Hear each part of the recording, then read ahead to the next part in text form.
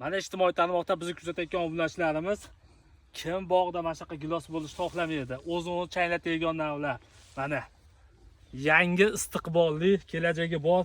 Mana tanada meva qilayotgan giloslardan bog' qilishni xohlaysizlarmi? Agarda xohlayotgan bo'lsalaring, qiziqayotgan bo'lsalaring, buni ishonchli ko'chatlarni ko'paytirib qo'yganmiz. Mana yangidan bunimiz ham yo'tibsizlar, hosilni o'zlaringizda baho berasizlar.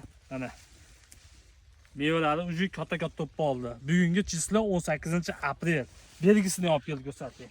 Bitta bu tipida bas. Mana giloslar. O pastlarida ham mana yerdan turib uzilaveradi. Buni tepasiga chiqish shart emas. Mana bakitdagi to'la gilos mana.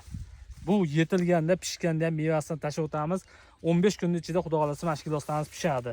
Istiqbolli kelajagi bor navlar shular bo'ladi. Mana do'stlar, bitta bu tipi emas, hammasi shu. Yerdan turib uzilaveradi gilosimiz. O tepaga chiqish shart emas, yerdan turib mana bag'larni olib kelib ko'rsating. Mana shunday to'liq meva mana gilos.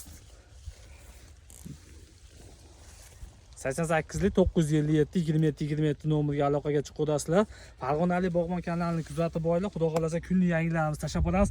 Mana shu yangi nav, istiqbolli navlarni pishgan paytda ham xudo xolasa kelib syomkalarni qilib tashlab boramiz. Sababi buni bizda ishonchli ko'chati bor. Mana shu ona bog'lar hisoblanib, sherlardan kaltelarni olib payvand qilamiz.